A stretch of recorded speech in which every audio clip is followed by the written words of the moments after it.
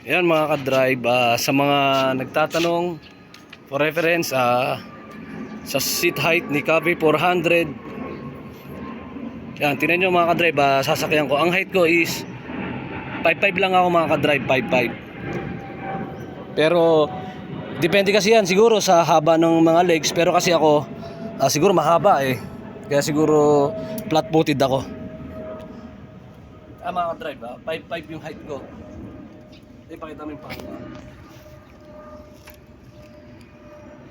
Yan, ito yung upo ko mga ka-drive. Tingnan mo. Almost flat-footed talaga ako.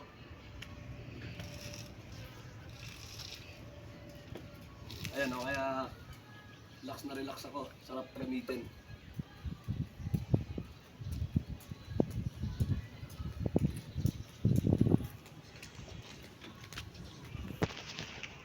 Ayan.